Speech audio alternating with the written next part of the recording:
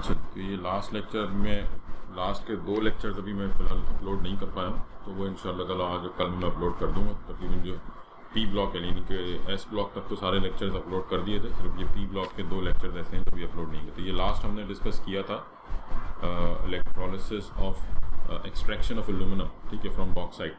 तो ये सारा टॉपिक जो है ये हमने इसमें एल्यूमिनम की एक्सट्रैक्शन जो है स्टार्ट्स फ्रॉम के पहले कैसे बॉक्साइट को कन्वर्ट किया जाएगा इनटू एल्यूमिना। तो उसमें 3 मेथड थे, हॉल्स मेथड, बेयर्स मेथड और सरपेक्स मेथड, ठीक है।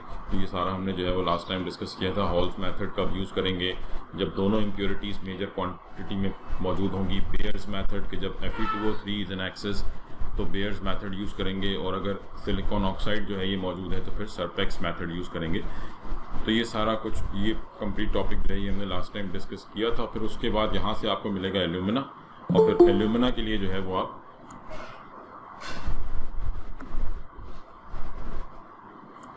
एल्यूमिना के लिए फिर एक्सट्रैक्शन होगी, ठीक है। एल्यूमिना से एल्यूमिनम एक्सट्रैक्ट करना है तो उसके लिए इलेक्ट्रोलिसिस का प्रोसेस होगा। तो first we convert bauxite into alumina, ठीक है। Al2O3.NH2O that is bauxite. Bauxite को कन्वर्ट किया एल्यूमिना में, Al2O3 में, और फिर Al2O3 को आप कन्वर्ट करते हैं एल्यूमिनम में, जिसके लिए फिर इलेक्ट्रोलिसिस की जाती है, ठीक है।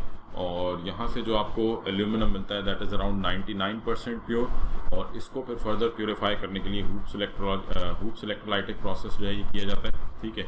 और इसको भी हमने एक्सप्लेन कर लिया था what is hoops electrolytic process. इसमें लोअर लेयर, सबसे इंपॉर्टेंट चीज़ें इसमें ये हैं जो आपको ध्यान में रखनी है कि लोअर लेयर किस मटेरियल की है, मिडिल लेयर क्या है और टॉप लेयर क्या है, ठीक है। तो ये सारी चीज़ें हमने लास्ट टाइम डिस्कस की थी। So this was all extraction of aluminium. Next इसमें आ जाती है हमारे पास प्रॉपर्टीज ऑफ एल्यूमिनम, ठीक है। नेक्स्ट जो हमारा टॉपिक है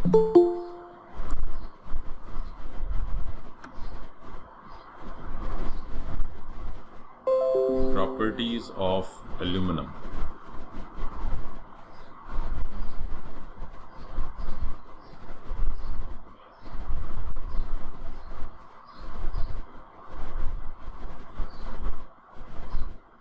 ठीक है जी, प्रॉपर्टीज़ ऑफ एल्यूमिनम। अब इसमें फिजिकल प्रॉपर्टीज़ हैं वो आप जस्ट डायरेक्ट बुक से भी देख के जो है वो आप पढ़ सकते हैं। पूरा जो है वो आपके पास कंप्लीट फिजिकल प्रॉपर्टीज़ जो हैं ये बुक के अंदर मौजूद हैं। तो हम जस्ट थोड़ा सा इसको डिस्कस कर लेते हैं।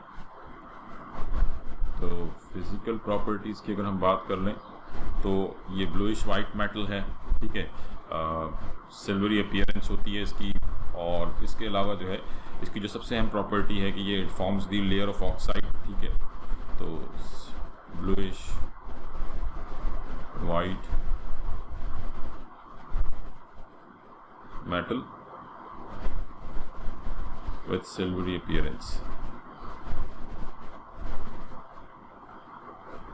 ठीक है। It forms the layer of oxide. इसके अलावा आप ये कह लें कि इसको काफ़ी जगहों पे आप इस्तेमाल कर रहे होते हैं ड्यू टू, आप कह लें कि क्योंकि काफ़ी इजीली अवेलेबल है, काफ़ी सस्ता है, तो जो है वो इसको काफ़ी सारी जगहों पे जो है वो इस्तेमाल किया जाता है। It is malleable and ductile metal है। मोस्टली मेटल जो है वो मेटल मैलिएबल होते हैं, डक्टाइल होते हैं, यानी आप इसको बेंड कर सकते हैं, इसको स्ट्रेच कर सकते हैं, वायर की शेप में ला सकते हैं। रेजिस्टेंट टू कोरोजन, ये प्रॉपर्टी जो है ये इंपॉर्टेंट है, ये ध्यान में रखें कि it is resistant to corrosion due to the formation of oxide layer. जो अपने ऊपर ऑक्साइड की लेयर बनाता है, तो due to that layer it is resistant to corrosion. Density is about 2.7, ये भी याद रखें तो ज़्यादा बेहतर है। Density of aluminum is 2.5 grams per millilitre, ठीक है। ये डेंसिटी हो गई। It melts around 658 degree centigrade, 658 degree centigrade पर मेल्ट होगा, ठीक है। एंड बॉइल्स एट अराउंड, यानी ये इसका मेल्टिंग पॉइंट हो गया, और बॉइलिंग पॉइंट जो है वो तकरीबन 1800 डिग्री सेंटीग्रेड ये इसका बॉइलिंग पॉइंट है। Good conductor of heat and electricity, ठीक है, जिसकी वजह से आप इसको ट्रांसमिशन वायर्स बनाने के अंदर भी जो है वो यूज़ करते हैं, ठीक। और क्योंकि ये आप कह लें कि ऑक्सीडाइज नहीं होता, नॉन रिएक्टिव होता है, तो आप इसको फूड आइटम्स की रैपिंग के लिए भी जो है वो यूज़ कर सकते हैं। तो और इसके अलावा इसके कुछ आप कह लें कि एलॉयज़ हैं, मिक्सचर्स हैं। फॉर एग्जांपल एक मिक्सचर जो आपको ध्यान में रखना है दैट इज़ एमोनल, ठीक है। तो ये प्रिपरेशन इसकी ध्यान में रखनी है कि एमोनल क्या है। It is a mixture of aluminium powder and aluminium nitrate. It is a mixture of aluminium powder and aluminium nitrate, ठीक है, और ये यूज़ होता है एक्सप्लोसिव्स वगैरह बनाने के अंदर जो है वो इसको यूज़ किए जाते हैं, ठीक है। इसके अलावा एल्यूमिनियम के डिफरेंट एलॉयज़ हैं जिनको ये भी आप ध्यान में रखें तो ज़्यादा बेहतर है कि एलॉयज़ ऑफ एल्यूमिनियम, ठीक है। इसमें एल्यूमिनियम ब्रॉन्ज आ जाता है which contain 10% aluminium and 90% copper, ये सारा बुक में आपको मिल जाएगा, ठीक है। और फिर उसकी प्रॉपर्टीज़ भी ध्यान में रखें कि लाइट है, tough resistant to corrosion and golden in colour. Duralumin ये काफ़ी इंपॉर्टेंट एलॉय है विच कंटेन्स 95% एल्यूमिनियम, ठीक है। ये इसकी कंस्ट्रक्शन खासतौर पर ध्यान में रखें, ड्यूराल्यूमिन which contain 95% aluminum, 4% copper and 0.5% of magnesium and 0.5% निकल। तो ये कुछ आप कह लें कि इसकी प्रॉपर्टीज़ और इसके एलॉयज़ जो हैं ये आपने बुक में से ध्यान में रखने। नेक्स्ट उसके बाद आ जाते हैं केमिकल प्रॉपर्टीज़, ठीक है। केमिकल प्रॉपर्टी में सबसे पहले जो रिएक्शन हम देखेंगे that is with air, action with air. अब विद एयर अगर हम इसकी रिएक्शन की बात करें तो नॉर्मली ये एयर के साथ रिएक्शन नहीं करता, यानी लेट्स से हम कहें कि अगर ये हमारे पास एक एल्यूमिनियम का पीस है तो क्योंकि इसके ऊपर ये ऑक्साइड की लेयर आ जाती है जो कि आपने काफ़ी दफ़ा पढ़ा हुआ है, तो अपनी ऑक्साइड की लेयर की वजह से ये ऑक्सीजन के साथ, एयर में मौजूद ऑक्सीजन के साथ रिएक्ट नहीं करता, ठीक है। बट अगर आप इसको हीट करते हैं, ऑन हीटिंग जो है ये इट विल रिएक्ट, ठीक है। तो हम ये कह सकते हैं कि अगर इसको हीट किया जाए तो स्ट्रांगली अगर इसको हीट करेंगे तो फिर जो है ये रिएक्ट करेगा। And when it reacts with, यानी आप कह लेंगे ऑन हीटिंग, अगर हम इसको हीट करते हैं, on heating it reacts with aluminum and produces white sparks, ठीक है। तो for example Al reacts with oxygen to produce Al2O3, तो this reaction will occur when we heat this aluminum, ठीक है। अगर आप इसको strongly heat करते हैं तो इसको बैलेंस कर लें 4, 3 और ये 2, ठीक है। तो अगर आप इसको strongly heat करते हैं तो it will react, ये रिएक्ट करेगा और रिएक्शन के बाद जो है ये aluminum oxide प्रोड्यूस करेगा। इसके अलावा because of its amphoteric nature it can react with acids as well as bases, ठीक है। due to its amphoteric nature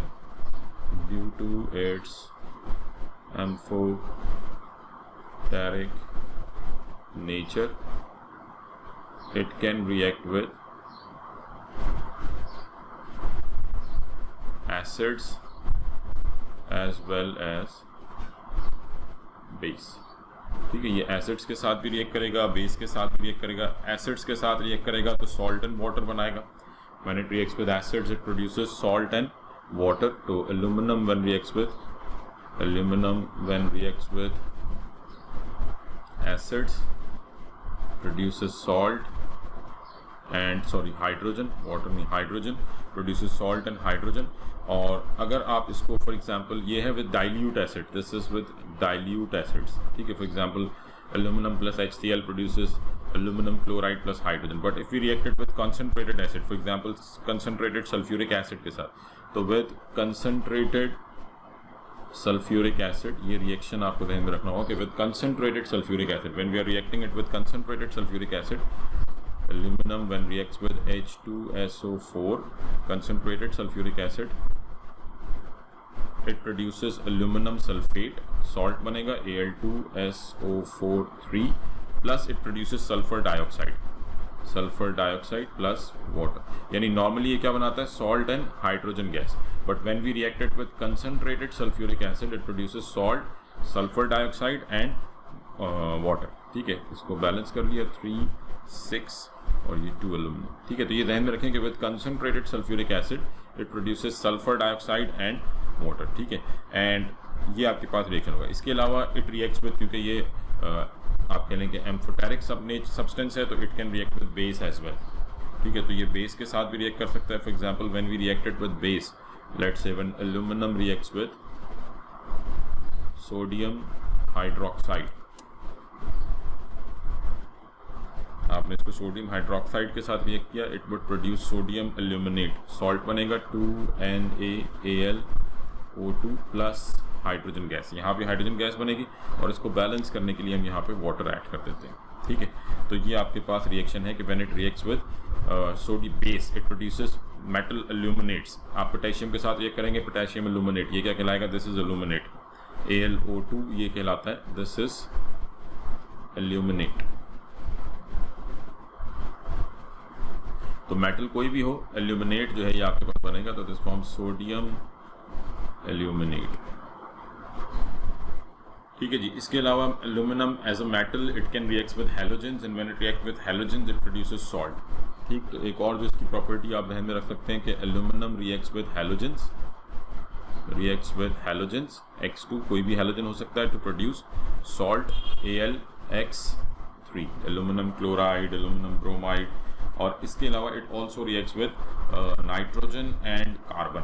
ठीक है, नाइट्रोजन के साथ भी रिएक्ट करेगा, कार्बन के साथ भी रिएक्ट करेगा, नाइट्रोजन के साथ रिएक्ट करेगा, नाइट्राइड बनाएगा, कार्बन के साथ रिएक्ट करेगा, कार्बाइड बनाएगा। ठीक है, तो नाइट्रोजन और कार्बन के साथ भी इसके रिएक्शन है। And we can use aluminium as a reducing agent. ये एक इंपॉर्टेंट रिएक्शन होगा जो आपको ध्यान में रखना होगा कि aluminium as reducing agent, aluminium as reducing agent. ठीक है, लेट से आपने इसको रिएक्ट किया with Fe2O3, Fe2O3 reacts with aluminum. अब because aluminum is a stronger metal or reactive metal than iron, it will replace iron, forms Al2O3 plus ये iron को इसने इसमें से एक्सट्रैक्ट कर दिया। तो मतलब इस रिएक्शन में aluminium is acting as an reducing agent. खुद ऑक्सीडाइज हुआ है। ठीक है, 0 से इसका ऑक्सीडेशन स्टेट कहाँ चला गया, +3 में, और यहाँ पे आयरन का ऑक्सीडेशन स्टेट क्या था, +3, और ये हो गया 0। ठीक है, तो एल्यूमिनम जो है ये क्या हुआ है, ये ऑक्सीडाइज हुआ है। तो that means it is acting as a reducing agent. ये as a reducing agent act कर रहा है। अब इस रिएक्शन की जो सबसे इंपॉर्टेंट बात है, तो this reaction produces an enormous amount of heat. This reaction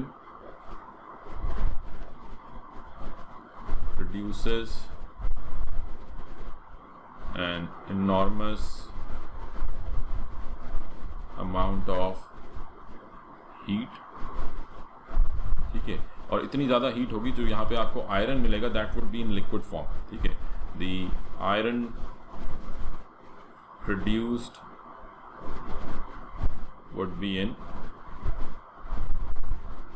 molten form.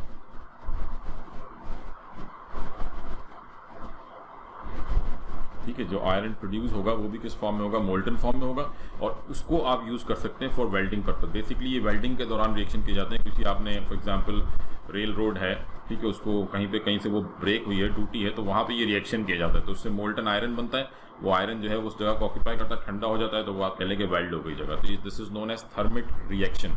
इस किस्म के जो रिएक्शंस हैं या प्रोसेस जो है ये कहलाता है thermite process, a process in which huge amount of energy is being released when a metal is released in the form of liquid form, in liquid form। ठीक है, तो ये जो रिएक्शन है इसको हम थर्मिट या थर्माइट रिएक्शन भी कहते हैं। ठीक है, तो ये वेल्डिंग के काम आता है ये रिएक्शन, वेल्डिंग पर्पस के अंदर। जहाँ भी आपने आयरन के किसी ऑब्जेक्ट को, किसी ब्रिज को या रेल रोड को वेल्ड करना है, तो वहाँ पे जो है ये यूज़ किए जाते हैं। ठीक है, तो metal as an aluminium as a reducing agent. तो ये एल्यूमिनम की केमिकल प्रॉपर्टीज हो गई। It can react with acids, it can react with bases. With acids दो टाइप के रिएक्शन हो गया, with dilute and concentrated. It can react with non metals, with halogen, with carbon, with nitrogen, and it can act as an oxidising agent.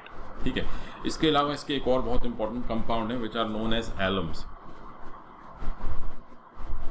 ठीक है जी, Elms क्या होते हैं, what are Elms? Elms को हम कैसे डिफाइन कर सकते हैं? बेसिकली ये क्या होते हैं, ये they are double sulphates of, basically ये डबल सॉल्ट है। पहली बात तो आप ये ध्यान में रखें, ये क्या है, these are double salts. Double salts क्या होते हैं कि जिसमें दो सॉल्ट एक साथ जो है वो आप कह लें कि क्रिस्टलाइज हो रहे हो, तो वो कहलाते हैं double salt.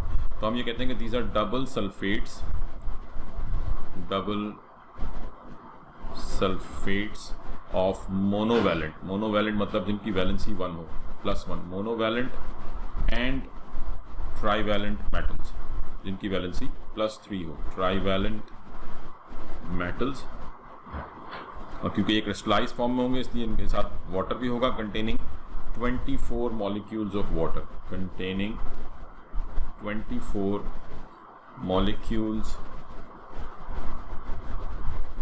Of water, H2O। ठीक है, एज वाटर ऑफ क्रिस्टलाइजेशन। तो ये कहलाते हैं alums, these are known as alums. For example K2SO4, potassium क्या है, मोनोवैलेंट एटम है। ठीक है, पोटेशियम मोनोवैलेंट एटम है, K2SO4 डॉट, इसके साथ ट्राईवैलेंट एटम होगा Al2SO4 3 डॉट 24 H2O, ये 24 मॉलिक्यूल्स ऑफ वाटर, तो ये कहलाएगा एलम। ठीक है, this is known as alum. और ये जो पर्टिकुलर एलम है जिसमें कि यानी जो पोटेशियम और एल्यूमिनियम का जो एलम है, this is known as potash alum, ये कहलाता है पोटाश एलम। ठीक है जी, alum of aluminium and potassium, it is known as potash alum, जिसको हम आम जबान में फिटकरी भी कहते हैं। ठीक है, तो ये घरों में आम इस्तेमाल करते हैं फॉर वाटर प्योरिफिकेशन। इसके अलावा भी इसके अदर यूजेस हैं। ठीक है, और इसके अलावा भी आप कर सकते हैं। अब ये तो हो गया एल्यूमिनियम का, आप कह लें कि एलम। इसके अलावा कोई भी एलम हो सकता है, लेट से क्रोमियम के साथ बन सकता है, यानी कोई भी मोनोवैलेंट और ट्राईवैलेंट एटम होना चाहिए। लेट से हमने कहा जी K2SO4.Cr2SO4 3.24H2, again this is an alum. अब ये आप कह लें कि ये भी एलम है, बट ये एल्यूमिनियम का एलम नहीं है। ठीक है, तो कोई भी monovalent atom and trivalent atom when combines with each other make a salt, sulphates होने चाहिए, sulphate of monovalent and sulphate of trivalent and 24 molecules of water, तो ये एलम्स बनाते हैं। ठीक है जी, अब ये किस तरह से बनते हैं? फॉर एग्जाम्पल आपने इसकी प्रिपरेशन करनी है। ठीक है, ये प्रिपरेशन करनी है, तो इन दोनों के सॉल्यूशंस को मिक्स किया जाता है इन इक्विमोलर रेशो, यानी यहाँ पे इनका रेशो क्या है 1:1 का, तो इक्विमोलर रेशो में इनको मिक्स किया जाता है। ठीक है, इनको मिक्स करने के बाद इसको सैचुरेशन लेवल, यानी जिस तरह से क्रिस्टलाइजेशन की जाती है, तो प्रिपरेशन इसकी सिंपली क्या है कि both the solutions are mixed, and then crystallised, यानी आप सैचुरेशन लेवल तक लेके जाएंगे और फिर उसको ठंडा करेंगे, क्रिस्टलाइज हो जाएंगे, तो वाटर मॉलिक्यूल ये ट्रैप कर लेंगे। ठीक है, और ये आपके पास इस फॉर्म में मिलेंगे। क्लियर होगी बात? तो ये सिंपल आपको एलम्स जहन में रखने हैं। एलम क्या है, पोटाश एलम का फॉर्मूला जहन में रखें। ठीक है, और प्रॉपर्टीज़ वगैरह इसकी आपको बुक में मिल जाएंगी, तो वहाँ से आप इसको जो है वो देख सकते हैं। ठीक है, नेक्स्ट हमारे पास टॉपिक है इसमें एलोट्रोपी। ये तो बात हो गई एल्यूमिनियम की, ये एल्यूमिनियम की जो है वो हमने बात कंप्लीट कर ली। ठीक है, यहाँ तक हमने एल्यूमिनियम, काफ़ी इंपॉर्टेंट टॉपिक है, इसमें से क्वेश्चन आ सकते हैं। इसकी प्रिपरेशन को अच्छी तरह से देखें, एक्सट्रैक्शन को अच्छी तरह से देखें, तो ये काफ़ी इंपॉर्टेंट टॉपिक है। ठीक है, अच्छा, नेक्स्ट जो हमारा इसमें टॉपिक है that is allotropy of carbon. Allotropy तो आप सबको मालूम होगा कि व्हाट इज एलोट्रोपी। ये टॉपिक मैं ज़्यादा डिटेल में खैर डिस्कस नहीं करूँगा, बिकॉज ये आप सबको ही क्लियर होगा, एलोट्रोपिक फॉर्म्स ऑफ कार्बन। तो जस्ट हम ज़रा एक दफ़ा एलोट्रोपी को डिफाइन कर लें कि व्हाट इज़ एलोट्रोपी। ठीक है, तो existence of an element in more than one form in the same state is known as allotropy. किसी भी एलिमेंट का एक से ज़्यादा फॉर्म्स में एग्जिस्ट करना, existence of an element in more then one form in the same state is known as allotropy. ठीक है जी, ये कहलाती है एलोट्रोपी। ठीक है, अब डिफरेंट एलिमेंट्स हैं, डिफरेंट एलोट्रोपिक फॉर्म्स होती हैं। फॉर एग्जांपल कार्बन है, कार्बन की 2 एलोट्रोपिक फॉर्म्स हैं। ठीक है, क्रिस्टलाइन एंड अमॉर्फस। कार्बन की 2, क्रिस्टलाइन में फिर 2 आ जाती हैं और अमॉर्फस में काफ़ी सारी आ जाती हैं। ठीक है, तो अगर हम कार्बन की बात करें तो कार्बन की 2 एलोट्रोपिक फॉर्म्स जो है वो यहाँ पे आती हैं, दैट इज क्रिस्टलाइन जिसमें रेगुलर स्ट्रक्चर है एंड अमॉर्फस जिनका इर्रेगुलर स्ट्रक्चर होता है। ठीक है, तो क्रिस्टलाइन फिर डायमंड भी है इसमें एंड ग्रेफाइट। ठीक है, और एमॉर्फस में काफ़ी सारी आ जाती हैं, कोल है, कोक है, चारकोल है। ये आगे हम आप कह लें कि ये चीज़ें जब इनऑर्गेनिक स्टार्ट करेंगे तो वहाँ पे भी जो है वो थोड़ा बहुत इसको डिस्कस करेंगे, कोल वगैरह को। ठीक है, तो इसमें कोल आ जाती है, कोक आ जाती है, चारकोल है, तो ये कुछ आपने जो है वो ध्यान में रखें। फिर इसके बाद डायमंड है, उसकी प्रॉपर्टीज़ हैं, उसका स्ट्रक्चर है। ठीक है, तो आई होप ये तो सबको क्लियर होगा, ग्रेफाइट की प्रॉपर्टीज़ और ग्रेफाइट का स्ट्रक्चर। तो आई थिंक इसको तो डिस्कस करने की ज़रूरत नहीं होगी। जी बेटा, डायमंड और ग्रेफाइट ये डिस्कस करने की ज़रूरत है या इसको स्किप कर दें? या आप अपने तौर पे बुक से पढ़ भी सकते हैं। ठीक है, और वो आपका जस्ट रिवाइज हो जाएगा वहाँ से। तो अगर तो इसको डिस्कस करने की ज़रूरत है तो मैं डिस्कस कर लूँ, अदरवाइज मैं इसको स्किप करूँ और आगे हम लेड पिगमेंट से स्टार्ट करें।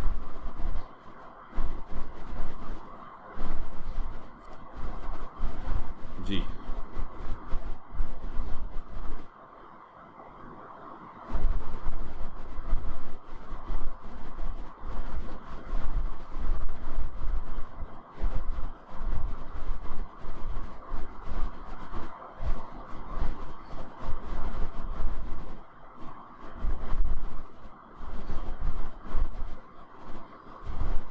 अच्छा जी, डायमंड और ग्रेफाइट जो है बस ये सिंपल आपने इसमें वही जो आप पढ़ते आए हैं पहले, ठीक है, वही सेम चीज़ें हैं इसके अंदर, सिर्फ डायमंड की प्रॉपर्टीज़ जो है वो आपने ध्यान में रखनी है। थोड़ा सा इसको देख लेते हैं।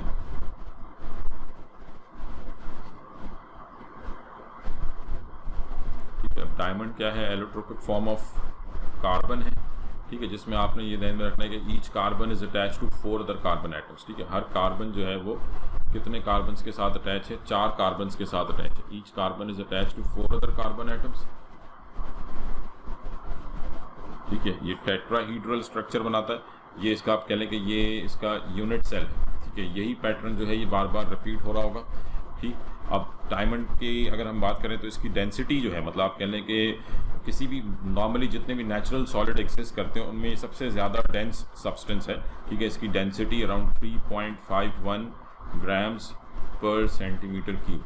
तो आर्टिफिशियल तो इससे ज़्यादा भी डेंस सब्सटेंस बनाए गए हैं, बट नेचुरली जो है इससे ज़्यादा डेंस सब्सटेंस जो है वो एग्जिस्ट नहीं करता। Refractive index is around 2.5। Melting point जो है इसका काफ़ी हाई है, अराउंड 3500 डिग्री सेंटीग्रेड इसका मेल्टिंग पॉइंट है।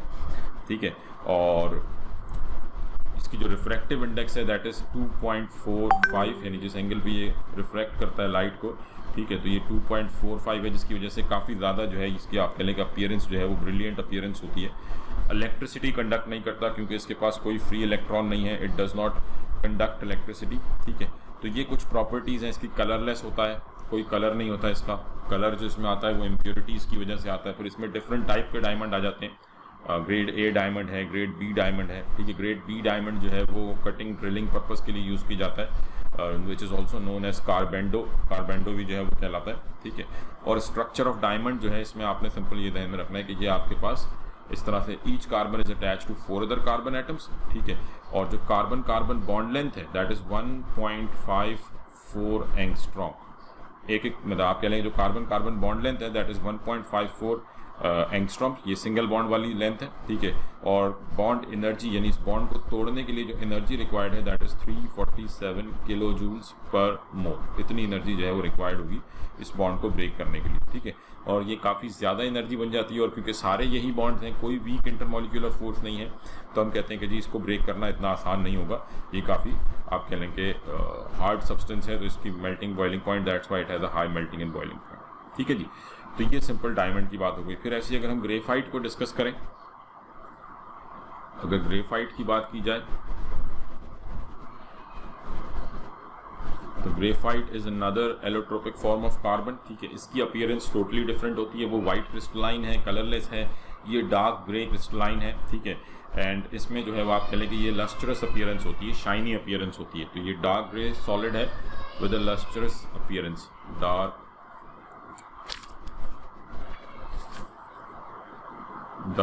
Grey solid. ठीक है, शाइनी अपीयरेंस,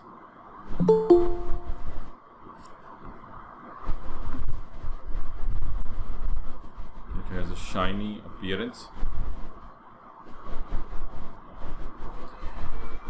ठीक, और इसकी जो डेंसिटी है वो डायमंड से काफ़ी कम होती है। डायमंड की डेंसिटी थी 3.5 ग्राम्स पर सेंटीमीटर क्यूब, इसकी डेंसिटी है 2.2 ग्राम्स पर सेंटीमीटर क्यूब। ठीक है, तो ये काफ़ी लाइट होता है एज़ कम्पेयर टू डायमंड, और it is a good conductor of electricity because in case of diamond in case of graphite each carbon is attach to 3 other carbon atoms. हर carbon जो है वो 3 कार्बन से attached होता है, और ये इस तरह से हेक्सागोनल रिंग स्ट्रक्चर जो है ये बनाता है। ये आप सबने पढ़ा हुआ है। ठीक है, और ये लेयर फॉर्म में स्ट्रक्चर होता है। तो ये जो लेयर्स बनती हैं हेक्सागॉन्स की, ड्यू टू विच इसमें ये आप कह लें कि स्लिपरीनेस आ जाती है। लेयर्स एक दूसरे के ऊपर स्लाइड करती हैं, लेयर्स के दरमियान वीक इंटरमॉलिक्यूलर फोर्सेज होती हैं। लेट से ये एक लेयर थी, ये दूसरी लेयर है, तो ये जो लेयर्स हैं इनके दरमियान वीक इंटरमॉलिक्यूलर फोर्सेज होती हैं, due to which these layers slide over one another. ये एक दूसरे के ऊपर स्लाइड करती हैं और इसकी आप कह लें कि स्लिपरी अपीयरेंस जो है वो आ जाती है। ठीक है, तो ये सिंपल जो है वो आपने इसका स्ट्रक्चर ध्यान में रखना है। और it can be used as a good conductor of electricity because क्योंकि हर कार्बन 3 कार्बन से अटैच है, तो हर कार्बन के पास एक फ्री इलेक्ट्रॉन होगा। ठीक है, बट ये आप ये ध्यान में रखिएगा कि this conducts electricity parallel to these layers. ठीक है, ये basically parallel to the layers जो है ये इलेक्ट्रिसिटी करंट पास करता है। ठीक है। ये आप कह लें कि अगर हम बिटवीन लेयर्स करंट पास करेंगे तो ये बिटवीन लेयर्स करंट पास नहीं करते, यानी जो इलेक्ट्रॉन्स है बेसिकली ये आप कह लेंगे डीलोकलाइजेशन जो है वो, यानी इस तरह से डीलोकलाइजेशन हुई भी होती है कि ये इलेक्ट्रॉन ये आपस में डीलोकलाइज्ड होते हैं, तो जिसकी वजह से electrons can move parallel to the layers. ये parallel to the layers move करते हैं but perpendicular to the layers ये मूव नहीं करते, ठीक है। तो ये आपने जो है वो सिंपल ध्यान में रखना है इसके बारे में। तो ये ग्रेफाइट का स्ट्रक्चर है। इसमें अगर हम कार्बन कार्बन बॉन्ड की बात करें तो इसमें जो आप कह लें कि इनके दरमियान जो बॉन्ड लेंथ होती है दैट इज़ अराउंड 1.42 एंगस्ट्रॉम, ये थोड़ी कम हो जाती है, 1.42 एंगस्ट्रॉम हो जाती है, ठीक है। और जो आप कहें कि लेयर्स का जो डिस्टेंस है, the distance between layers that is 3.35 angstrom, यानी लेयर्स एक दूसरे से काफ़ी दूर होती हैं और ये अटैच होती हैं through weak van der Waals forces, तो इसलिए इनको सेपरेट करना भी जो है वो आसान होता है। तो ये डायमंड और ग्रेफाइट के बारे में थोड़ा बहुत मैंने डिस्कस कर लिया ऑलरेडी, आप सबने पढ़ा हुआ होगा, जिस मैंने इसको एक बार रिकॉल किया। बुक से इसको लाजमी पढ़िएगा, ठीक है, बुक से आपको पॉइंट्स मिल जाएंगे, तो बुक से इसको लाजमी पढ़ लीजिएगा। अच्छा जी, नेक्स्ट हमारे पास टॉपिक आ जाता है lead pigments. Lead pigments,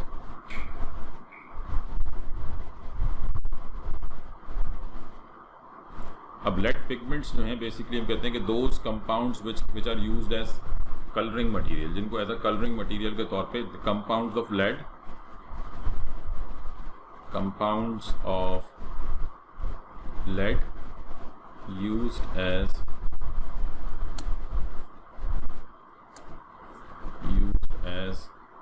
colouring material,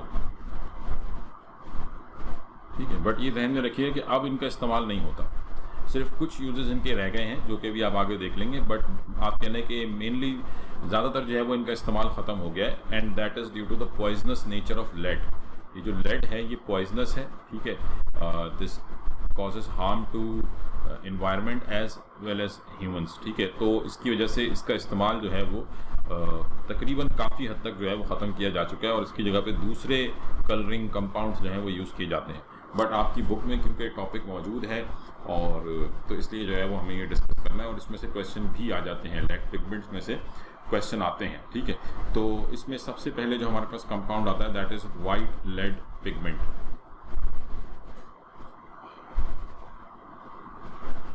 white, अब जो मैं मतलब इसमें मैं सिर्फ जो इम्पोर्टेंट बातें हैं वो इसमें से डिस्कस कर लूँगा, ठीक है। इनकी प्रिपरेशन जो है, बस आप ये समझ लें कि ये वाइट लेड पिगमेंट के अलावा बाकी सबकी प्रिपरेशन बहुत आसान है, तो प्रिपरेशन अगर आप जहन में रखें तो ज़्यादा अच्छी बात है, ठीक है। ये है कि आपको आसानी इसमें जो है बेहतर है कि आप इसको जहन में रखें इसमें से, क्योंकि डायरेक्ट अगर इसमें से क्वेश्चन जो है वो बन सकते हैं। अच्छा, वाइट लेड पिगमेंट जो है इसको हम बेसिक लेड पिगमेंट भी कह सकते हैं, यानी आप इसको बेसिकली इसका जो फॉर्मूला है वाइट लेड पिगमेंट का वो आप अगर देखें तो इसका फॉर्मूला है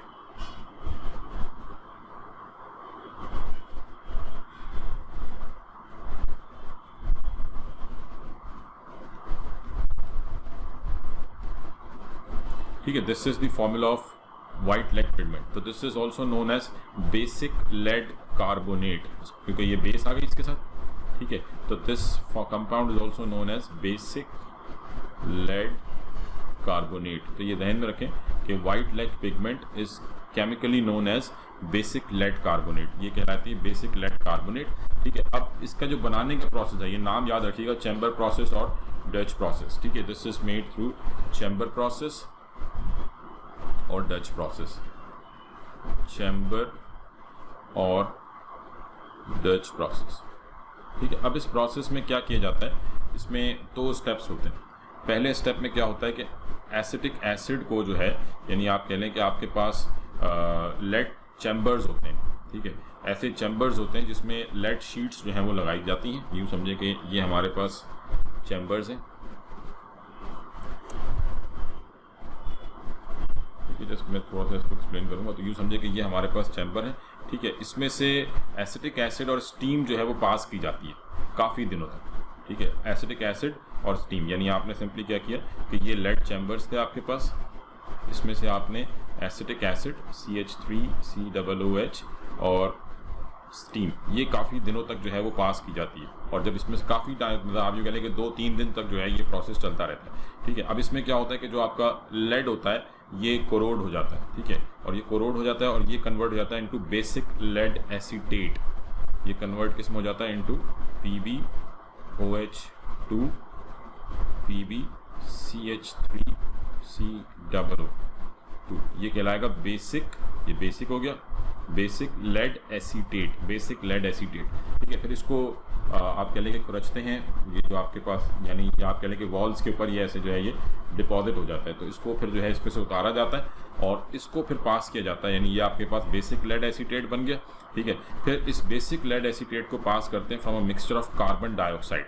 ठीक है, मिक्सचर ऑफ कार्बन डाइऑक्साइड में से इसको पास करते हैं और स्टीम भी वहाँ पे मौजूद होती है, और वहाँ फिर इसको और ज़्यादा थोड़ा टाइम गुजारा जाता है, 3-4 हफ्ते तक इसको लगते हैं और ये कन्वर्ट हो जाता है इनटू वाइट लेड। तो ये जो आपका मिक्सचर है, this mixture is then pass through carbon dioxide, एक और चैम्बर में लेके जाया जाता है जहाँ पे कार्बन डाइऑक्साइड और स्टीम मौजूद होती है, और इसको तकरीबन 3 to 4 वीक्स जो है वो लग जाते हैं। ठीक है, इसमें फिर क्या होता है कि वॉल्स के ऊपर ये फिर इसमें किस में कन्वर्ट, यानी बेसिक लेड एसीटेट से किस में कन्वर्ट हो जाता है, it convert into basic lead carbonate which is white lead pigment. ठीक है, तो ये बेसिक लेड एसीटेट से कन्वर्ट हो जाता है, ये जो बेसिकली कार्बन डाइऑक्साइड जो है ये इसको कार्बोनेट में कन्वर्ट कर देता है, तो this converts into basic lead carbonate which is white lead pigment. ठीक है, तो पहले आपने एसिटिक एसिड को लेड के चैम्बर्स में से पास किया, स्टीम की प्रेजेंस में बेसिक लेड एसीटेट बना, फिर बेसिक लेड एसीटेट को कार्बन डाइऑक्साइड के चैम्बर में से गुजारा, तो ये बेसिक लेड कार्बोनेट बन गया। ठीक है, और ये जो है वो आपका वाइट लेड पिगमेंट बनाएगा। इसके अलावा इसको बनाने का एक तरीका और भी है कि बजाय इसको आप लेड के चैम्बर्स में से गुजारें, आप इन सबको एक साथ रिएक्ट, यानी ये 2 अलग अलग स्टेप थे, आप ये सारा काम एक साथ कर सकते हैं अगर आप बजाय लेड के लेड ऑक्साइड ले लें, PbO2। ठीक है, अब ये PbO2 जो है this is known as plumbic oxide, ये भी थोड़ा सा जहन में रखा करें, PbO और PbO2, इसमें अगर आप देखें तो ये यहाँ पे लेड का ऑक्सीडेशन स्टेट है +2 और यहाँ लेड का ऑक्सीडेशन स्टेट है +4, ये कहलाएगा प्लम्बस ऑक्साइड और ये कहलाएगा प्लम्बिक ऑक्साइड। ये है प्लम्बस ऑक्साइड और ये कहलाएगा प्लम्बिक ऑक्साइड। ठीक है, तो we are reacting it with plumbic oxide. Plumbic oxide को कार्बन डाइऑक्साइड, स्टीम और एसिटिक एसिड तीनों के साथ एक साथ रिएक्ट करा दिया जाता है और डायरेक्ट आपको बेसिक लेड कार्बोनेट मिल जाएगा। ठीक है, तो मैं रिएक्शन आगे नहीं लिख रहा, बट वी समझ लेंगे ये सारे एक साथ रिएक्ट करेंगे and we get white lead pigment. But because white lead pigment जो है ये with the passage of time ये एयर के साथ रिएक्ट करता है। ठीक है, आप यूँ कह लें कि ये नहीं कि ये जो आपका वाइट लेड पिगमेंट है इसको यूज़ किया जाता है कलरिंग के अंदर। ठीक है, बट एयर में, एटमॉस्फेयर में हाइड्रोजन सल्फाइड मौजूद होती है, small percentage of hydrogen sulphide मौजूद होती है इन एयर, कंटेमिनेशन मौजूद होती है हाइड्रोजन सल्फाइड की। ठीक है, और ये हाइड्रोजन सल्फाइड लेड को कन्वर्ट कर देता है, H2S converts this lead pigment into lead sulphide. ठीक है, ये इसको कन्वर्ट कर देता है इनटू लेड सल्फाइड जो कि पॉइजनस है। ठीक है, जो कि नुकसान पहुंचाता है। ठीक है, तो जिसकी वजह से अब इसका इस्तेमाल जो है वो आप कह लेंगे जो वाइट लेड पिगमेंट है इसका इस्तेमाल बंद कर दिया गया है, अब ये यूज़ नहीं होता और इसकी जगह पे यूज़ होता है titanium dioxide, TiO2। Titanium dioxide जो है अब यूज़ किया था। तो वाइट लेड पिगमेंट किसी ज़माने में यूज़ होता था, लेकिन क्योंकि वाइट लेड पिगमेंट जो है वो सल्फ़र के साथ, हाइड्रोजन सल्फाइड के साथ मिलके लेड सल्फाइड बनाता है जो कि पॉइजनस है, इसलिए इसका इस्तेमाल जो है वो बंद कर दिया गया। तो खैर ये प्रिपरेशन थोड़ी सी ज़रा मुश्किल थी वाइट लेड पिगमेंट वाली, बाकी सारी आसान है, सिर्फ ये एक थोड़ी मुश्किल थी, बाकी के जो आगे पिगमेंट्स हैं वो बिल्कुल आसान है। तो ये हो गया वाइट लेड पिगमेंट। उसके बाद दूसरा है रेड लेड पिगमेंट। ठीक है, सेकेंड जो हम पिगमेंट पढ़ेंगे that is red lead pigment. ठीक है, रेड लेड पिगमेंट का सबसे पहले तो आपको फॉर्म, इसमें से अक्सर क्वेश्चन बनते हैं, ये सबसे इंपॉर्टेंट पिगमेंट है यूँ समझ लें। ठीक है, रेड लेड पिगमेंट जो है इसका फॉर्मूला अगर हम बात करें तो इसका फॉर्मूला आप ध्यान में रख सकते हैं, PbO and PbO2, sorry PbO2, PbO और PbO2 ये इन दोनों का मिक्सचर है और ये हमारे पास 2 PbO होते हैं, ये 2 जो है ये इसके साथ है। ठीक है, तो हम इस फॉर्मूले को ऐसे भी लिख सकते हैं and we can also write it in this form, Pb3, total कितने हो गए, 1 Pba और 2 Pb3O4। ठीक है, this is known as red lead pigment. ठीक है, अच्छा इसके फिर कुछ अदर नेम्स भी हैं, this is also known as lead sesqui oxide. ठीक है, ये जो कंपाउंड है this is also known as lead sesqui oxide, sesqui oxide जो है ये किन्हें कहा जाता है? सेस्की ऑक्साइड ध्यान में रखिएगा, सेस्की ऑक्साइड्स आर नोन एज, यानी जैसे फॉर एग्जांपल Al2O3 है, ठीक है, ये जो आपके ऑक्साइड्स होते हैं ये कहलाते हैं सेस्की ऑक्साइड, जिनमें इस तरह से कंबाइन, जैसे Cr2O3 ये भी सेस्की ऑक्साइड है, ठीक है, जिसमें मेटल के 2 एलिमेंट्स हों और ऑक्सीजन 3 होते हैं, ये कहलाते हैं सेस्की ऑक्साइड। तो फिर आप कहेंगे इसको सेस्की ऑक्साइड क्यों कहा जा रहा है, ठीक है। तो बेसिकली ये सेस्की ऑक्साइड जो है, यानी इन एक्चुअल इसको बोलना नहीं चाहिए, बट इसको हम नाम सेस्की ऑक्साइड वही होते हैं, Al2O3 जो है वो सेस्की ऑक्साइड है। इसको हम क्यों कह रहे हैं कि अगर यहाँ पे ये 2 ना होता तो अगर आप इसको काउंट करें तो क्या बनता, Pb2O3, सिर्फ इस 2 की वजह से ये सेस्की ऑक्साइड नहीं बनता। इन एक्चुअल ये सेस्की ऑक्साइड है, इसको बैलेंस करने के लिए हम 2 लगा रहे होते हैं, ठीक है। अगर मैं ये 2 हटा दूं यहाँ से तो ये Pb2O3 तो ये लेड सेस्की ऑक्साइड बन जाएगा, ठीक है। तो ये खैर आप ध्यान में रखें, ठीक है। तो ये इसका कॉमन नेम जो है ये लेड। अच्छा, एक और नाम जिससे ये बहुत मशहूर है, ऑल्सो नोन एज सिंदूर, ठीक है जी। तो जो मैंने आपसे कहा था कि काफ़ी सारी जगहों पे इसके यूज़ खत्म हो चुके हैं, बट स्टिल कुछ जगहों पे यूज़ होता है, ठीक है। तो this red lead pigment is used as sindoor, ठीक है, इसको यूज़ किया जाता है। और इसकी जो प्रिपरेशन है, इसकी प्रिपरेशन आप ध्यान में रखें कि दिस, यानी इसकी प्रिपरेशन बड़ी सिंपल सी है कि लेड ऑक्साइड या आप कह लें कि प्लम्बस ऑक्साइड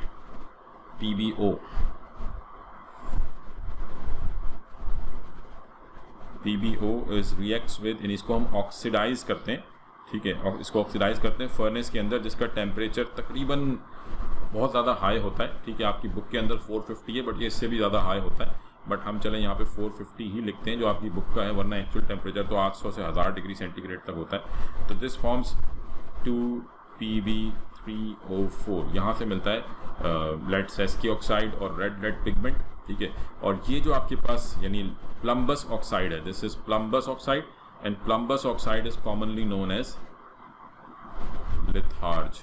ये नाम जो है ये आपको ध्यान में रखने पड़ेंगे, this is commonly known as litharge, ठीक है। और इसको अगर हम बैलेंस करें तो यहाँ पे 6, तो लिथार्ज को हम ऑक्सीडाइज करते हैं, जहाँ से हमें रेड लेड पिगमेंट जो है ये मिलता है, ठीक है। अच्छा, अब ये जो PbO है, इस लिथार्ज को हम एक और नाम भी देते हैं, this is also known as, इसका एक और नाम भी है, ये भी ध्यान में रखिएगा, this is also known as मुर्दा सेंग,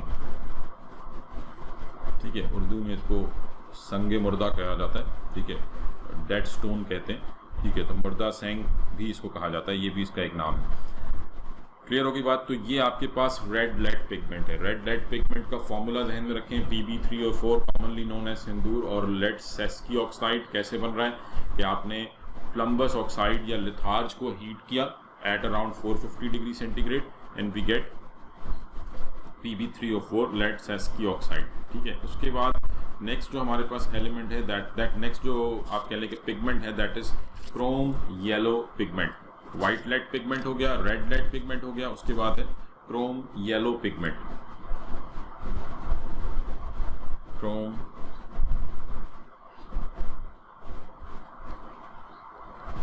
येलो पिगमेंट, ठीक है। इसमें सिर्फ आप फॉर्मूला ध्यान में रखें, क्रोम येलो पिगमेंट का फॉर्मूला क्या है, अब ये आसान है, lead chromate PbCrO4, PbCrO4। Lead chromate जो है ये कहलाता है क्रोम येलो पिगमेंट, ठीक है, ये क्रोम येलो पिगमेंट कहलाता है। और इसको यानी आप लेड, कॉमन केमिकल नेम क्या हो जाएगा इसका, lead chromate, which is commonly known as crocoite, ठीक है, इसको क्रोक्वाइट भी कहते हैं।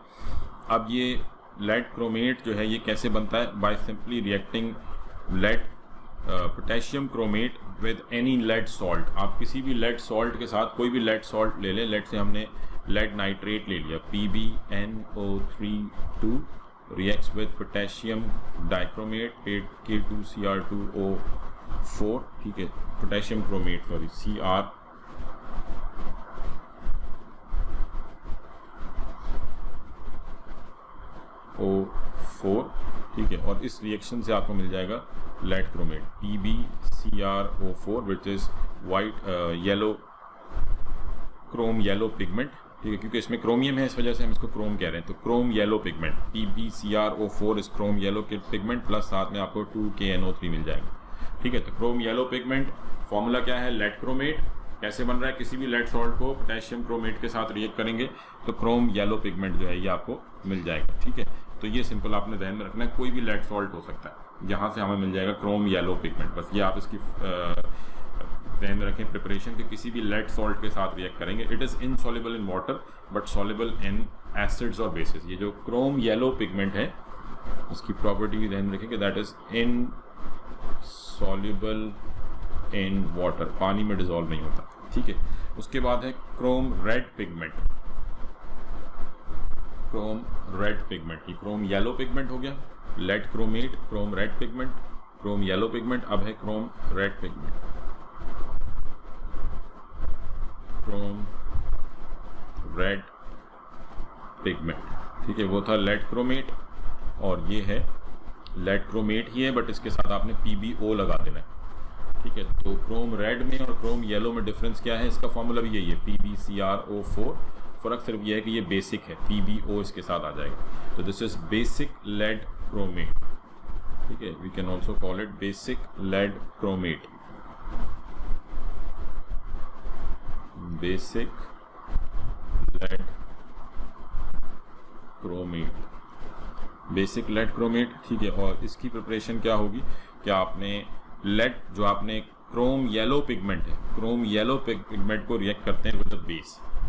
ठीक है, सिंपल मैं यहाँ पे लिख देता हूँ कि Chrome yellow pigment, chrome yellow pigment, ठीक है, विच वॉज लेड क्रोमेट, इसको रिएक्ट करते हैं, इसको रिएक्ट करते हैं विद सोडियम हाइड्रोक्साइड। तो PbCrO4 reacts with sodium hydroxide to produce sodium chromate, Na2CrO4 plus lead chromate, PB2CrO5 plus water H2O। ठीक है जी, and this is chrome red pigment. ये जो PB2CrO5 है this is chrome red pigment. ठीक है, आप कहेंगे जी वो तो लेड ऑक्साइड था, तो अगर आप इसको कंबाइन करेंगे PbCrO4 और PbO इसको कंबाइन करें तो ये क्या बन जाएगा, PB2CrO5। ठीक है, तो चाहे इसको फॉर्मूले को ऐसे लिख दें या ऐसे लिख दें, एक ही बात है, PB2CrO5 या उसको अलग अलग करके लिख दें, बात एक ही है। ठीक है, तो ये बन जाएगा, यानी जब हम क्रोम येलो पिगमेंट को सोडियम हाइड्रोक्साइड के साथ रिएक्ट करेंगे we get chrome red pigment. ठीक है, यहाँ से आपको मिल जाएगा क्रोम रेड पिगमेंट, ये भी पेंट्स वगैरह के अंदर यूज़ किया जाता है। और लास्ट जो हमारे पास है that is Turners yellow pigment. Last pigment इसमें आ जाता है टर्नर्स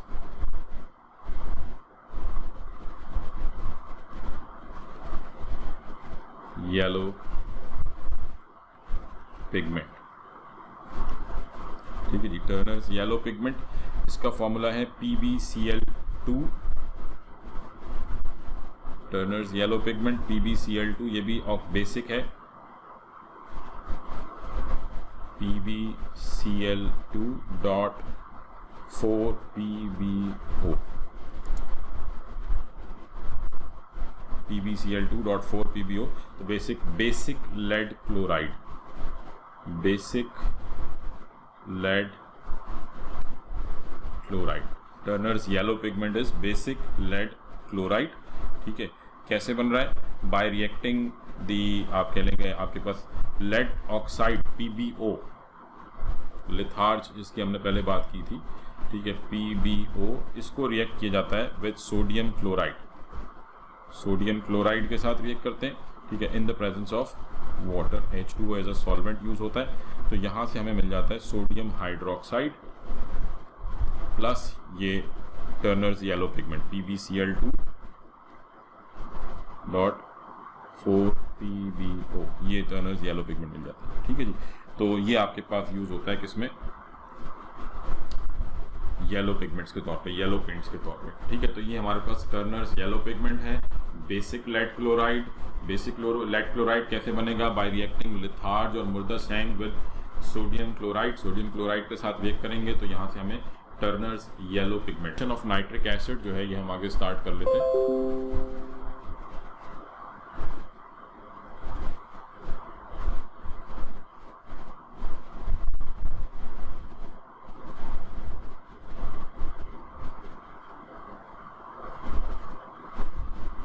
नाइट्रिक एसिड। ठीक है, अब नाइट्रिक एसिड क्या है? This is HNO3। ठीक है, और नाइट्रिक एसिड ये आपके पास प्रिपेयर होता है, काफ़ी इंपॉर्टेंट एसिड है। ठीक है, नाइट्रिक एसिड, हाइड्रोक्लोरिक एसिड और सल्फ्यूरिक एसिड, ये 3 हमारे इंपॉर्टेंट एसिड हैं। तो इसमें नाइट्रिक एसिड की जो प्रिपरेशन है that is known as Ostwald process. ये कहलाती है ऑस्टवाल्ड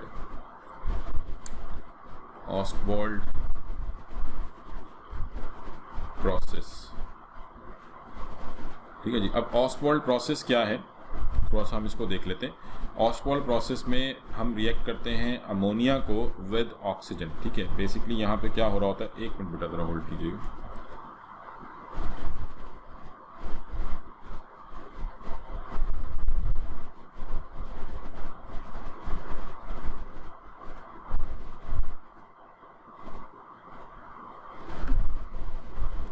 अच्छा जी, तो अब इसमें आप यूँ समझ लें कि ऑस्टवाल्ड प्रोसेस में 3 स्टेप्स होते हैं, टोटल 3 स्टेप्स होते हैं।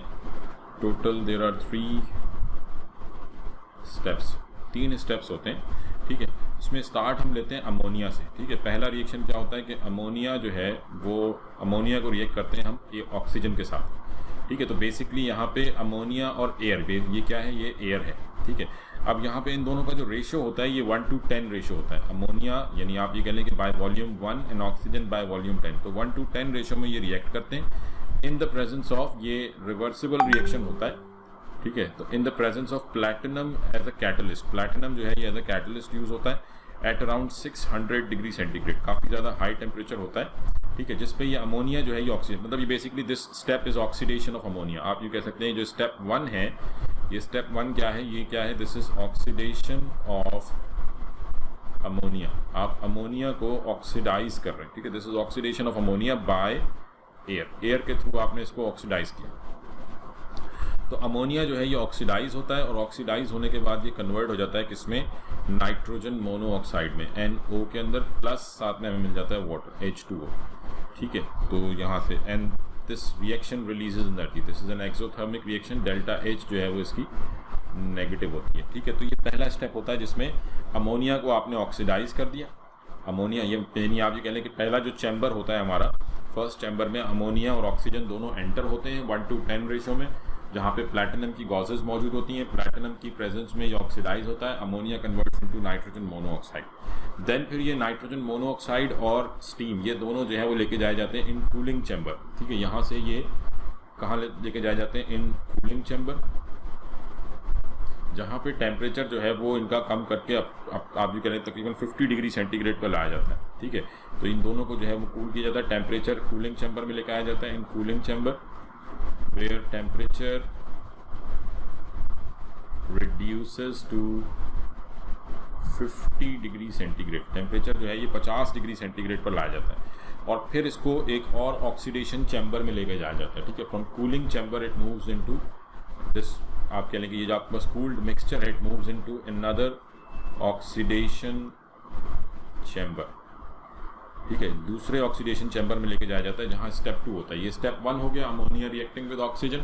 स्टेप 2 में क्या होता है, स्टेप 2 में ये जो हमारे पास नाइट्रोजन मोनोऑक्साइड बनी होती है। ठीक है, स्टेप 2 में जो नाइट्रोजन मोनोऑक्साइड बनी है, this nitrogen monoxide reacts with further oxygen. ठीक है, तो NO ये स्टेप 2 है, nitrogen monoxide reacts with oxygen, यानी ये ऑक्सीडाइज होती है and converts into nitrogen dioxide. ये भी रिवर्सिबल प्रोसेस होता है and this produces 2NO2 nitrogen dioxide. ठीक है, तो ये क्या है, ये ऑक्सीडेशन चैम्बर है और इसमें क्या हो रहा है, नाइट्रोजन मोनोऑक्साइड फर्दर ऑक्सीडाइज होगी। तो step 2 is oxidation of NO to NO2। NO को आपने ऑक्सीडाइज कर दिया टू NO2। अब अक्सर बच्चे ये सोचते हैं कि ये यहाँ पे क्यों नहीं ऑक्सीडाइज हुआ, यहीं पे डायरेक्ट आप जब अमोनिया को ऑक्सीडाइज कर रहे थे तो यहीं डाइऑक्साइड बना देते, तो उसका उसमें आप कहने की प्रॉब्लम क्या है, नाइट्रोजन डाइऑक्साइड जो है वो हाई टेम्परेचर पे अनस्टेबल होता है। तो 600 डिग्री सेंटीग्रेड पर अगर आप डाइऑक्साइड बनाएंगे तो वो दोबारा मोनोऑक्साइड में ही कन्वर्ट हो जाएगा। ठीक है, दैट्स वाई हमने पहले इसको ठंडा किया और फिर उसके बाद जो है वो हमने इसको डाइऑक्साइड में कन्वर्ट किया। तो at high temperature it is unstable, ये ध्यान में रखें कि at high temperature it is unstable, high temperature पे ये अनस्टेबल होती है। ठीक है, तो जिसकी वजह से हम इसको लो टेम्परेचर बनाते हैं। तो ये 2 स्टेप हो गए। उसके बाद फिर इस आप यहाँ से कह लें कि जो नाइट्रोजन डाइऑक्साइड मिलती है इसको लेके जाया जाता है इन एन एब्जॉर्प्शन टावर। ठीक है, यहाँ से ये nitrogen dioxide it moves into an absorption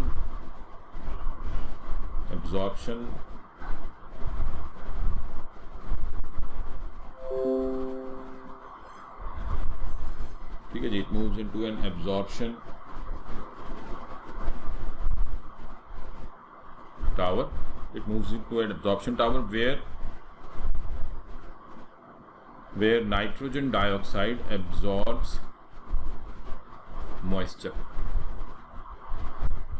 ठीक है, जहां ये मॉइस्चर एब्जॉर्ब करेगी। तो नाइट्रोजन डाइऑक्साइड को अब ये स्टेप 3 आ जाता है। स्टेप 3 में क्या होगा कि आपने इसको एब्जॉर्प्शन टावर में ले गए और एब्जॉर्प्शन टावर में ये आपकी nitrogen monoxide dioxide NO2 it absorb water, ये वाटर एब्जॉर्ब करती है एंड वाटर एब्जॉर्ब करने के बाद this converts into nitric acid HNO3 plus nitrogen monoxide यहाँ से वापस मिलती है जो कि दोबारा पहले प्रोसेस में चली जाती है। ठीक है, सो दिस इज स्टेप 3। ये स्टेप 3 हो गया एब्जॉर्प्शन ऑफ वाटर, स्टेप 3।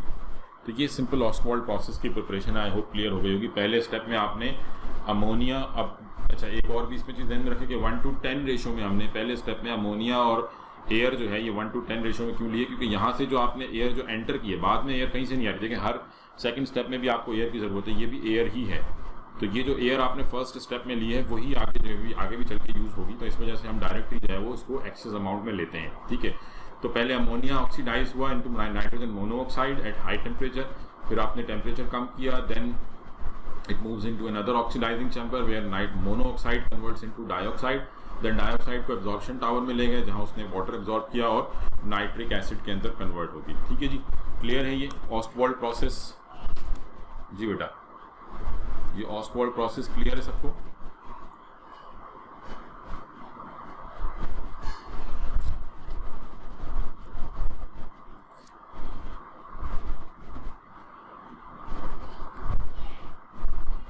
ठीक है, तो ये हमने ऑस्टवाल्ड प्रोसेस की जो है वो बात कर ली। ठीक, तो यहाँ से हमें ये तो पता लग गया कि नाइट्रिक एसिड जो है वो किस तरह से बनता है। उसके बाद इसकी फिजिकल प्रॉपर्टीज़ आ जाती हैं। अच्छा, एक दो चीज़ें इसमें और हैं जो आपको ध्यान में रखनी है, वो ये कि यहाँ से जो हमें नाइट्रिक एसिड मिलता है, ठीक है, ये आपका अराउंड 68% जो है वो आप कह लें कि कंसनट्रेट, यानी इसकी जो आप कह लें कि डाइल्यूशन होती है वो 68% होती है। यानी the nitric acid which we get from this process,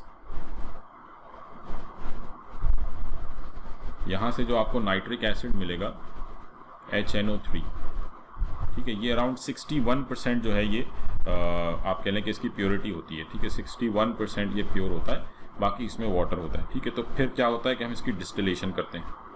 आपने इसकी डिस्टिलेशन करी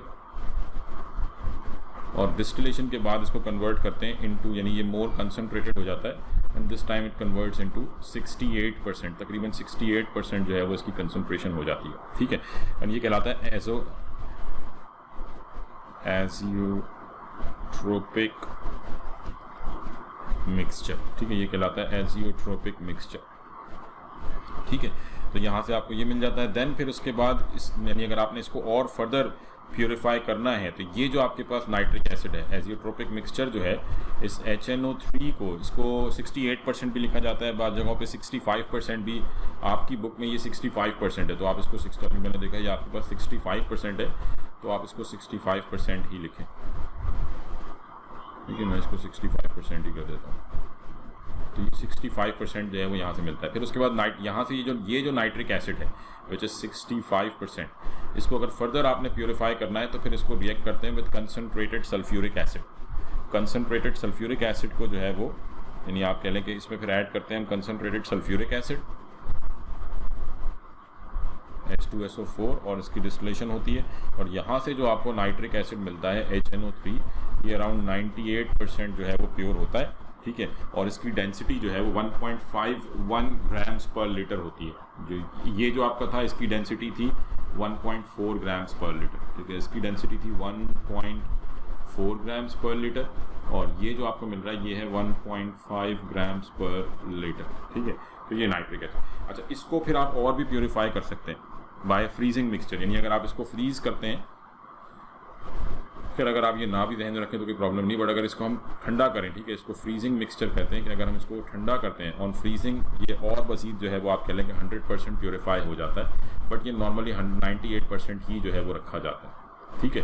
तो ये आपने सिंपल ध्यान में रखना है। और इसके अलावा एक और भी आप, ये तो डाइल्यूट कंसनट्रेटेड हो गए, एक और इसकी टाइप है फ्यूमिंग नाइट्रिक एसिड। जिस तरह फ्यूमिंग सल्फ्यूरिक एसिड होता है, इसी तरीके से फ्यूमिंग नाइट्रिक एसिड है कि अगर नाइट्रिक एसिड को नाइट्रोजन डाइऑक्साइड के मिक्सचर में से गुजारा जाए तो देन जो हमें नाइट्रिक एसिड मिलेगा वो कहलाएगा फ्यूमिंग नाइट्रिक एसिड। तो fuming nitric acid, fuming HNO3, fuming nitric acid, it contain dissolved oxide of nitrogen, ठीक है, इसमें डिसॉल्व्ड नाइट्रोजन डाइऑक्साइड गैस होती है और ये रेडिश येलो टाइप का लिक्विड होता है, ठीक है। तो इसमें डिसॉल्व्ड NO2 होती है, तो इसके फ्यूम्स बन रहे होते हैं, ये काफ़ी ज़्यादा डेंजरस जो है वो हो सकता है, ठीक है। उसके बाद स्ट्रक्चर ऑफ नाइट्रिक एसिड है। स्ट्रक्चर ऑफ नाइट्रिक एसिड में सिर्फ ये ध्यान में रखें कि एंगल्स जो है ना इसमें, ये अगर हम स्ट्रक्चर की बात कर रहे हैं, स्ट्रक्चर ऑफ नाइट्रिक एसिड, तो नाइट्रिक एसिड का जो स्ट्रक्चर है, अब जो नाइट्रेट आयन है, नाइट्रेट आयन क्या होता है, ये नाइट्रेट आयन है,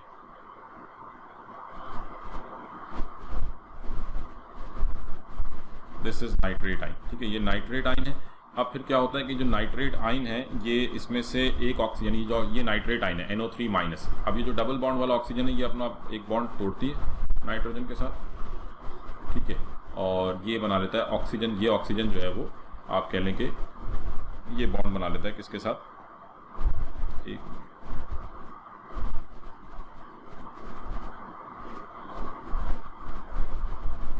ये इसी तरीके से, और इनमें से एक ऑक्सीजन जो है ये हाइड्रोजन के साथ अटैच होता है, तो दिस इज HNO3, ठीक है। अब इसमें एंगल्स जो हैं, अब इसमें सिंपल आपने ये ध्यान में रखना है कि अगर ये वेपर फेज में है, if it is in vapour phase, तो एंगल जो होंगे ये अराउंड 115 डिग्रीज, 115 डिग्रीज और 130 डिग्रीज के, और ये बॉन्ड एंगल्स वगैरह और बॉन्ड स्ट्रेंथ जो है ये आपकी, मतलब बॉन्ड लेंथ जो है ये बुक में मेंशन है।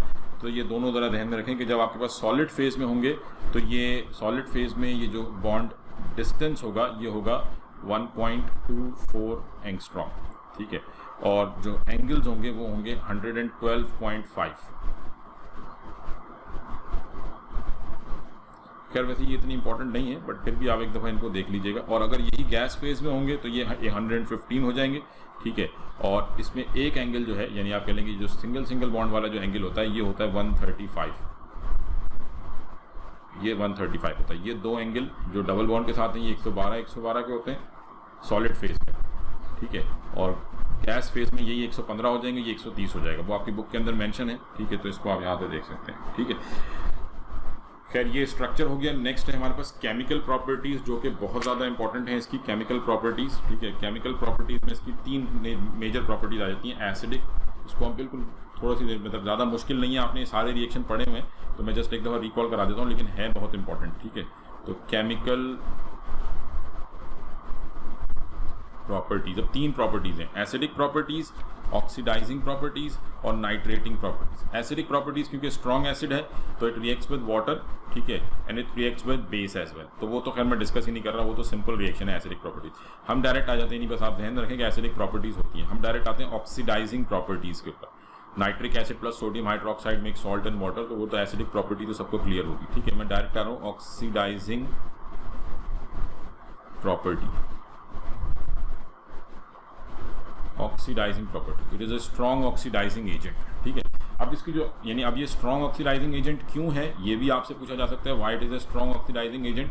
Because in nitric acid nitrogen is in its maximum oxidation state +5, ठीक है, ये अपनी मैक्सिमम ऑक्सीडेशन स्टेट में है, ठीक है। तो इसलिए ये आप कह लें कि इसमें ये हाई एबिलिटी है कि ये +5 से -3 जा सकता है, तो ये खुद रिड्यूस होगा +5 से -3, तो that's why it is a strong oxidising agent, because it is in its highest oxidation state. In nitric acid nitrogen is in its highest oxidising state, ठीक है, तो दैट्स वाई ये स्ट्रॉन्ग ऑक्सीडाइजिंग एजेंट है।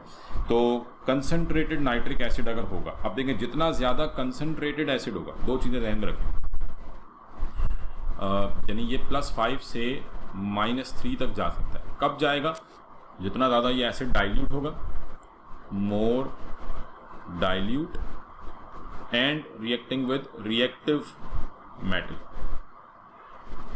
ठीक है, यानी late से कि अगर हम कंसंट्रेटेड एसिड यूज करते हैं, सपोज आपने वीक मेटल के साथ इसको रिएक्ट किया, weak metal copper reacting with HNO3, weak metal, ठीक है, आपने इसको वीक मेटल के साथ रिएक्ट किया,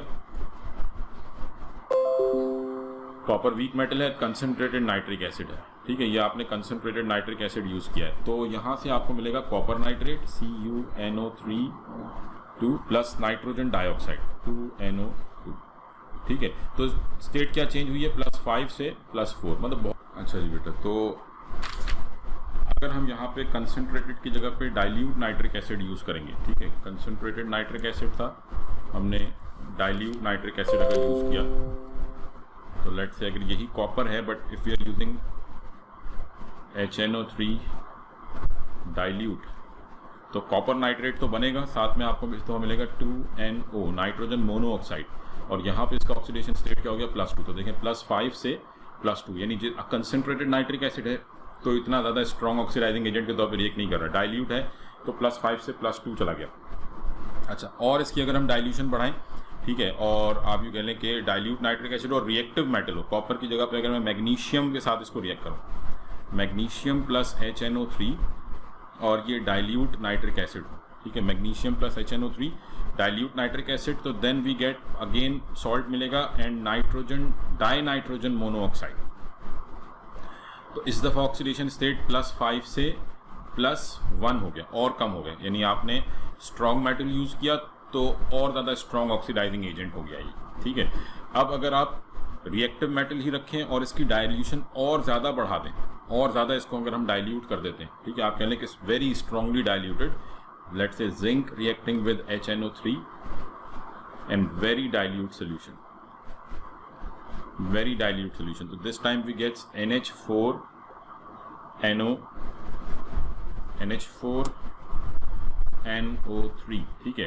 तो यहाँ पे इसका ऑक्सीडेशन स्टेट जो है ये +5 से -3 में जो है वो चला जाता है, ठीक है। तो ये मतलब आप कह लें कि जितना आप रिएक्टिव मेटल लेंगे और जितना इसको डाइल्यूट करते जाएंगे उतना ये स्ट्रॉन्ग ऑक्सीडाइजिंग एजेंट हो जाएगा, बस ये आपको ध्यान में रखना है, ठीक है। इसके अलावा it can react with non metals as well, और नॉन मेटल्स के साथ जब ये रिएक्ट करेगा, एक रिएक्शन हम देख लेते हैं कि for example when it reacts with sulphur, ये तो मेटल्स के साथ रिएक्शन थे, अब नॉन मेटल के साथ देख रहे हैं कि when reacts with sulphur, nitric acid when reacts with sulphur it produces N acid H2SO4, sulphur के साथ रिएक्ट करेंगे सल्फ्यूरिक एसिड, फास्फोरस के साथ रिएक्ट करेंगे फास्फोरिक एसिड, सिलिकॉन के साथ रिएक्ट करेंगे silicon dioxide plus nitrogen dioxide, ये सब में आपको नाइट्रोजन डाइऑक्साइड ही मिलेगी और साथ में वाटर, ठीक है। तो ये हो गया as an oxidising agent, as an acidic, यानी आप कह लें कि नाइट्रिक एसिड के 3 टाइप के रिएक्शन मैंने आपसे कहा, एसिडिक प्रॉपर्टीज, ऑक्सीडाइजिंग एजेंट के तौर पे, और तीसरा है एज ए नाइट्रेटिंग एजेंट, तीसरा जो इसका रिएक्शन है that is as a nitrating agent, as a nitrating agent भी आप इसको यूज़ कर सकते हैं। नाइट्रेटिंग एजेंट क्या है कि फॉर एग्जांपल आपने इसको रिएक्ट किया विद मीथेन, अल्केन के साथ आपने इसको रिएक्ट किया, methane when reacts with nitric acid HNO3, ठीक है, तो दिस फॉर्म नाइट्रोमीथेन CH3NO2, यानी क्या हुआ कि यहाँ से एक NO2 ग्रुप निकला है, NO2 ग्रुप निकला है और इस NO2 ग्रुप ने यहाँ से एक हाइड्रोजन को डिस्प्लेस कर दिया, जैसे आप अल्केन्स में पढ़ते हैं ना, डिस्प्लेसमेंट रिएक्शन ऑफ अल्केन्स, जिसमें हैलोजन डिस्प्लेस कर रहा होता है, यहाँ पे NO2 जो है वो डिस्प्लेस कर रहा है हाइड्रोजन को, तो ये CH3NO2 बन गया नाइट्रोमीथेन, प्लस जो यहाँ से H निकला, यहाँ पे क्या बच गया, NO2 निकल गया तो एक O बच गया और एक H बच गया, तो ये बन जाएगा H2, तो ये कहलाएगा एज ए नाइट्रिक, इसने नाइट्रो ग्रुप इसको डोनेट किया है, ठीक है। इसी तरीके से बेंजीन के साथ भी आपने रिएक्शन देखा है कि when benzene reacts with nitric acid in the presence of sulphuric acid, तो क्या बनता है, नाइट्रोबेंजीन, ये रिएक्शंस अगर हम ऑर्गेनिक में पढ़ेंगे तो this forms nitrobenzene plus water, ठीक है। तो ये हो गया एज ए नाइट्रेटिंग एजेंट, और बाकी इसके यूजेस और इम्पोर्टेंस वगैरह वो आप बुक में से पढ़ सकते हैं, ठीक है, वो खैर इतनी। इसमें एक और चीज़ है लास्ट में, एक्वा रीगिया क्या होता है, ठीक है, एक्वा रीगिया ध्यान में रखें कि it is a mixture of hydrochloric acid and nitric acid, aqua regia, royal water, aqua regia, ठीक है, just known as royal water, ठीक है, जिसमें नाइट्रिक एसिड HNO3 और HCl 1:3 की फॉर्म में यूज़ किए जाते हैं, ठीक है, यानी 1 मोल इसका और 3 मोल इसके। तो ये आपके पास जो मिक्सचर बनता है, ठीक है, ये बनता है nitrosyl chloride H2O plus NOCl plus 2Cl। ये जो मिक्सचर है ये कहलाता है, this is known as nitrosyl chloride, ठीक है। इस मिक्सचर को हम कहते हैं royal water, because it is use to dissolve जो आप कह लेंगे क्वाइनेज मेटल्स हैं, गोल्ड हो गया, सिल्वर हो गया, ठीक है, this is use to dissolve coinage metals, this is use to dissolve coinage metals को डिजॉल्व करने के लिए ये यूज़ किए जाते हैं, ठीक है जी। तो ये रॉयल वाटर, तो ये हमारा नाइट्रिक एसिड का टॉपिक कंप्लीट हो गया।